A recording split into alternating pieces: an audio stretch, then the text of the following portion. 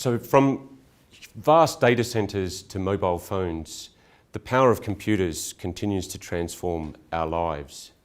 But there are some problems across artificial intelligence, in the design of new materials, pharmaceuticals, and clean energy devices that they will simply never solve.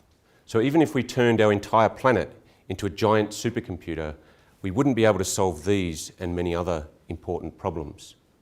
The good news is that if we could build a computing device based on fundamental quantum principles, we could. And so back when I was a long-haired undergraduate student, I lent this magazine to everyone in my quantum mechanics class.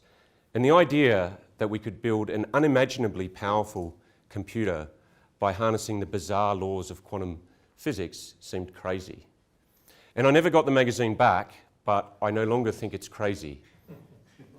And so in 2001, I was really amazed to tackle this problem of how we get from the few components that we have in the lab to the millions that we need to build a useful quantum computer. And back then, in 2001, I was inspired by a really breakthrough proposal which showed that actually we can quantum compute with light. What we've come to today is the ability to manufacture a quantum computer based on light using the semiconductor industry as we know it today. So these silicon wafers contain millions of computer chips, and each of those chips contains billions of computers.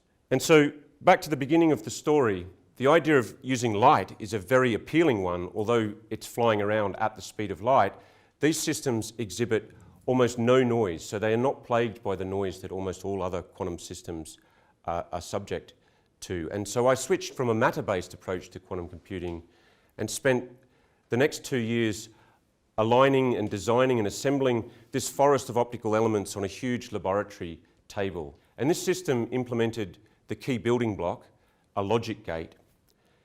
Now, an impressive proof of principle? Sure. Manufacturable by the millions? Absolutely not. And that simply wasn't good enough for us. And so by 2008, we'd taken that entire laboratory bench full of optical components and put it onto a silicon chip measured in centimetres. Now that was really exciting progress and bode well for the future of quantum computing, but there was still plenty more work to be done. And so just 2 years ago, we were able to take those same building blocks and make them 1 million times smaller.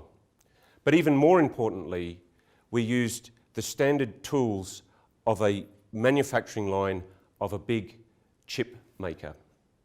And so this brought the prospect of large-scale quantum computing into sharp focus. And so we've spent the 2 years since developing and refining this blueprint, which people are starting to get very excited about. Now, I'm sure it won't be obvious in a quick glance, but all of the components are standard and no exotic fabrication or operating conditions are required. And this blueprint will enable us to build the first quantum machine capable of tackling important problems across artificial intelligence, genomics and genetic engineering, in finance, and in the design of new materials, pharmaceuticals, and clean energy devices. It's also true that if you look anywhere across science and technology, you'll find problems that a quantum computer can solve. And solving these problems will enable us to tackle some of the great challenges that we face today in climate change, in economics, in big data, in cybersecurity, and so the list goes on. And so to conclude, without a realistic plan of how to manufacture the millions of components that we need for a quantum computer, schemes are worth nothing.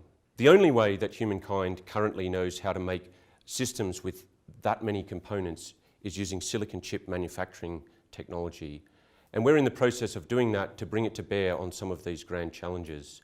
And I think just as the computer is now at the center of our lives, so too a quantum computer will ignite a new technology revolution that will transform almost every aspect of our lives, society, and economy. We'll build this device by the end of this decade, and so I'd like to finish by asking you, how would you like to harness it to improve your life and your business, and most importantly, how can we help you do that? Thank you.